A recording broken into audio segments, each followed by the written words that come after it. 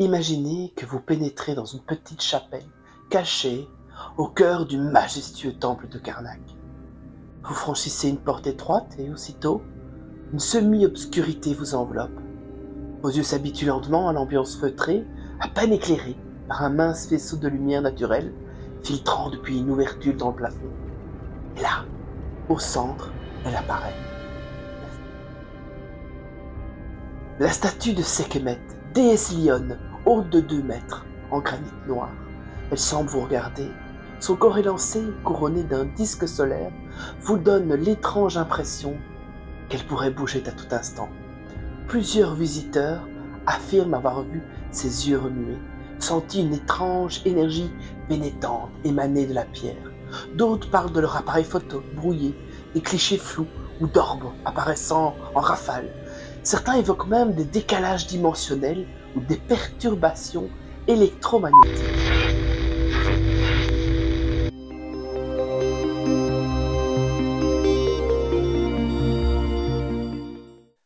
Bonjour, je suis Fanny. Aujourd'hui, je vous emmène découvrir cette statue fascinante. Et à la fin de cette vidéo, je vous dirai où la trouver exactement pour que vous puissiez vous aussi la rencontrer.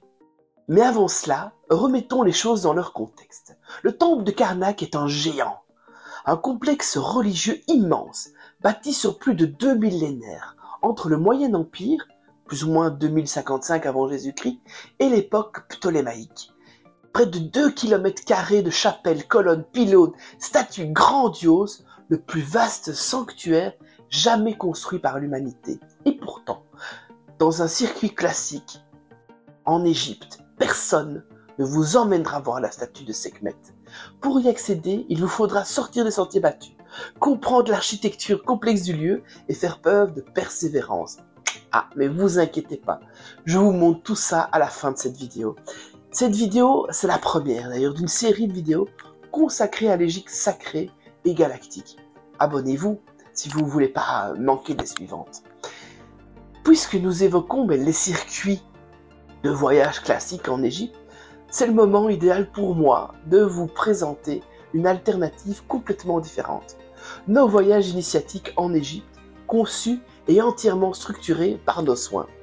Sur notre site dédié www.terra-initia.com, vous découvrirez plusieurs circuits uniques, pensés pour celles et ceux qui souhaitent ressentir l'Égypte et non simplement la visiter, pour vivre une Égypte profonde, vivante, transformatrice.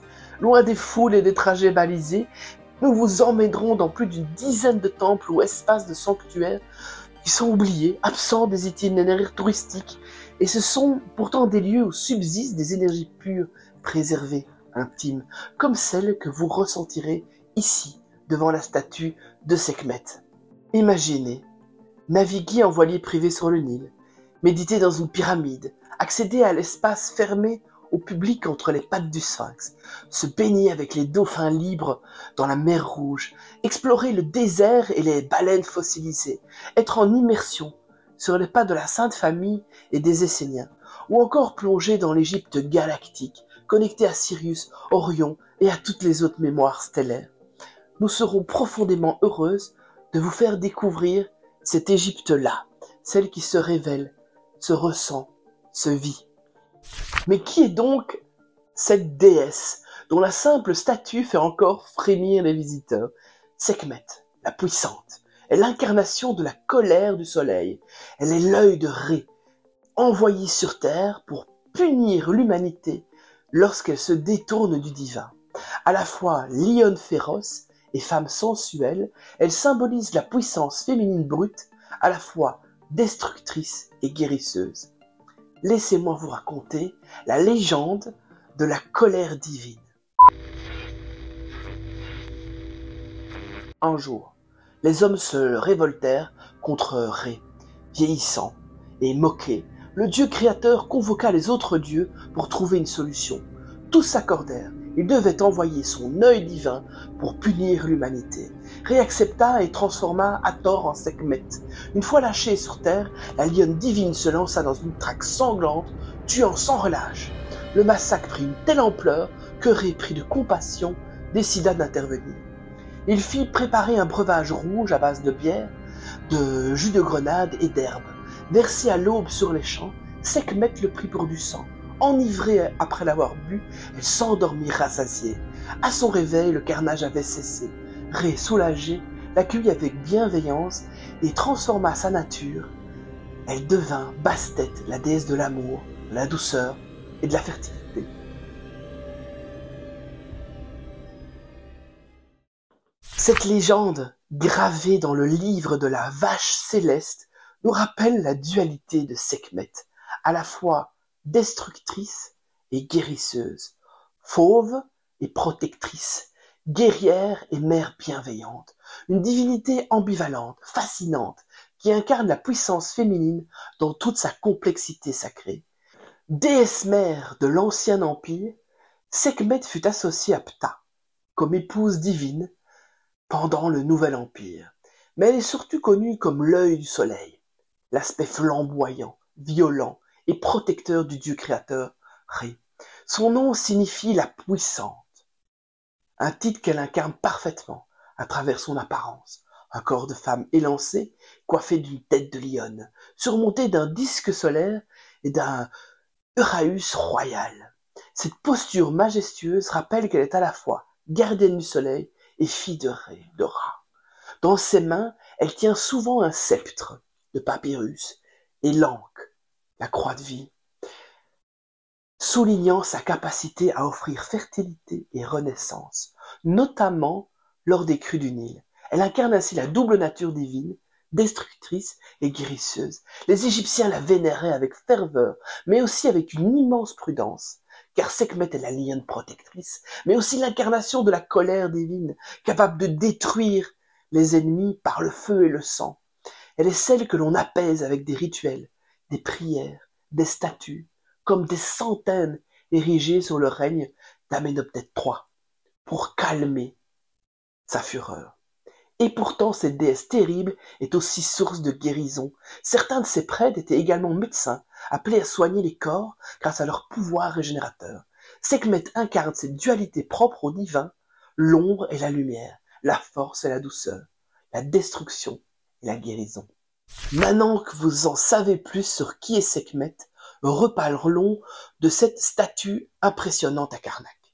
Elle date du Nouvel Empire, sous le règne de Thoutmôsis III, 1479-1425 avant Jésus-Christ. C'est l'une des rares statues à être restée dans son temple d'origine, sans jamais avoir été déplacée dans un musée. Elle s'est pourtant brisée à une époque inconnue, puis restaurée au début du XXe siècle par l'égyptologue Georges Legrain, dans le cadre de grands travaux sur le site de Karnak. Il reconstitua la statue avec soin, lui redonnant sa puissance et sa présence majestueuse. On raconte que lorsqu'on a voulu déplacer la statue pour la mettre dans un musée, il était impossible de la bouger. Elle est finalement tombée et son disque solaire s'est brisé. Les légendes abondent autour de cette statue redoutable et on dit aussi que l'une d'elles est liée à une tragédie où 7 enfants furent tués dans une grotte. Elle est la grande dévoreuse, souvenez-vous, la puissante. Cet événement, quand elle est tombée, a incité les villageois à craindre le temple et à refuser de collaborer avec Legrain, et la statue est restée à sa place. Cette statue se trouve dans une toute petite chapelle obscure au cœur du temple de Ptah, lui-même dissimulé dans un recoin reculé de l'enceinte du temple d'Amon-Ra à Karnak. Elle est éclairée que par un mince rayon de lumière zénithale provenant d'une ouverture dans le plafond. Cette lumière naturelle qui tombe sur la pierre noire accentue encore davantage l'impression d'être face à une entité vivante. Le temple de Ptah, construit à l'origine par Thoutmôsis III, est dédié à la triade de Memphis. Ptah, le dieu créateur, sa compagne Sekhmet et leur fils Néfertum. Il est constitué de 3 sanctuaires interconnectés, érigés sur les fondations d'un temple plus ancien du Moyen Empire. Ce lieu, bien que peu visité, recèle d'une puissance vibratoire rare. Dans cet écrin de pierre et d'ombre, la Sekhmet de Karnak veille. Elle impressionne, elle interpelle. Elle semble attendre patiemment que celles et ceux qui sont prêts à entrer en contact avec son énergie brute et ancestrales viennent lui rendre visite. Pourquoi dit-on qu'elle est vivante? Parce qu'elle n'a jamais quitté les lieux. Sekhmet, dans son sanctuaire, continue de vibrer des chants, des encens, des prières et des offrandes accumulées pendant près de 3500 ans. Elle résonne la foi des prêtres, des larmes des initiés, des rituels secrets de l'ancienne Égypte, car Sekhmet a tout reçu, tout absorbé, tout gardé. Tous ceux qui l'ont rencontrée le disent. Elle est là. Parfois, elle respire. Parfois, elle vous regarde. Toujours, elle vous touche. C'est parce qu'elle n'a jamais quitté ce lieu que l'on dit d'elle qu'elle est encore vivante. Sa vibration alimentée par les siècles résonne toujours dans la pierre. Elle n'a pas été délogée ni exilée dans la froideur d'un musée. Elle est restée à sa place, gardienne silencieuse d'un mystère encore actif. De nombreuses personnes affirment l'avoir vue respirer, ouvrir légèrement les yeux ou ressentir sa présence comme une entité consciente. Raphaëlla et moi-même et tous les voyageurs qui nous ont accompagnés l'ont ressenti. Une force vibrante, troublante, bien réelle. Certains ont pleuré, d'autres l'ont enlacée. Quelques-uns ont eu peur, mais personne n'est jamais resté indifférent à la puissance de son regard. Et aujourd'hui encore, de nombreux visiteurs témoignent d'expériences surnaturelles en présence de Sekhmet.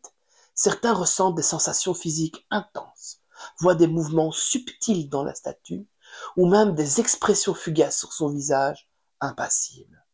On a aussi rapporté des vidéos avec des milliers d'orbes, l'aura de la statue, mais aussi des anomalies techniques, telles que des dysfonctionnements inexpliqués, d'appareils photo, caméras, renforçant l'aura mystique du lieu et suggérant une activité énergétique inhabituelle, liée à des lignes telluriques ou des perturbations électromagnétiques. Et vous? Que ressentiriez-vous face à elle?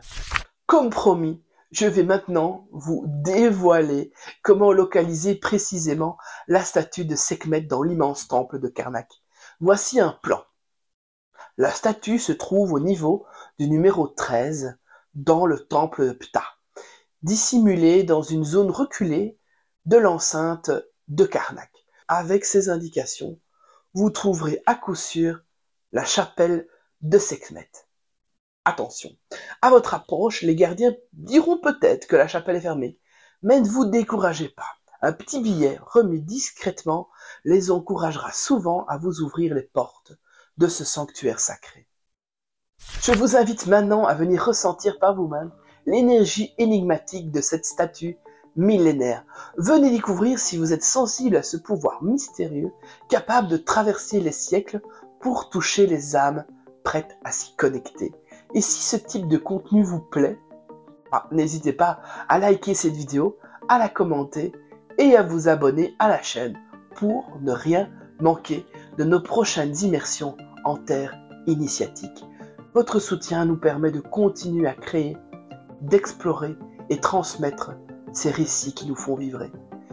Merci d'avoir voyagé avec nous aujourd'hui. Merci de votre présence. À très bientôt pour d'autres révélations en terre initiatique.